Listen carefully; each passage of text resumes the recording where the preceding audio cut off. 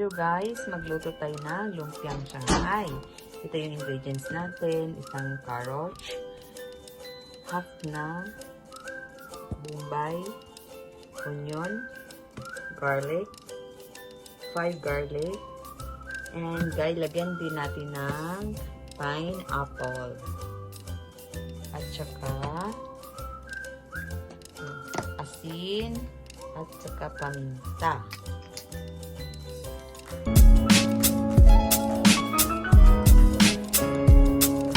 At 400 grams na guys, beef. Mix na siya guys.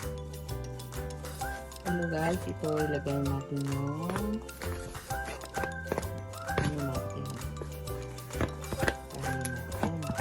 ito yung mix na.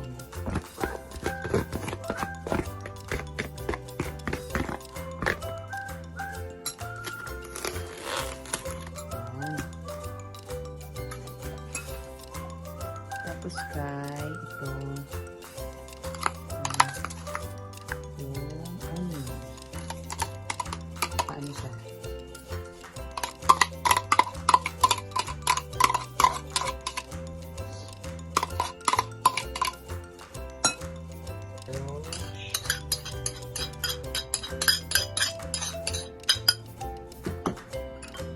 Bawang.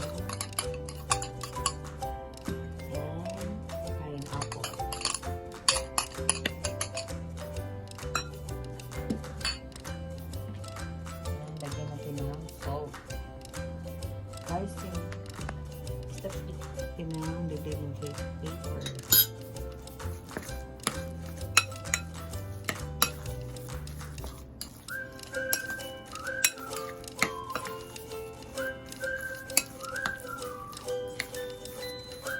Ihalo nyo talaga siya para mahalo siya. Para yung lasa niya, yung niya.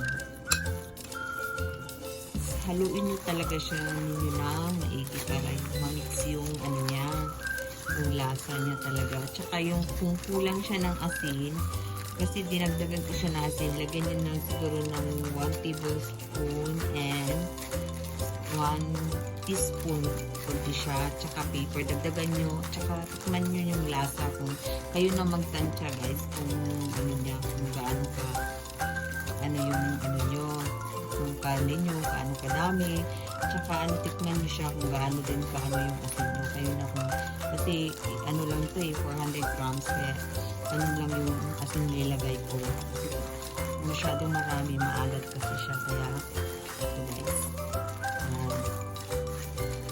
Tsaka i-mix nyo yun siya talaga na maigi para ma-mix yung mga sahog niya.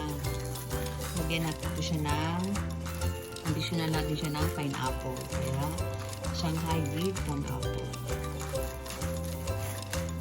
Guys, na-mix na natin yun. Natin. Kaya kailangan natin ngayon balutin.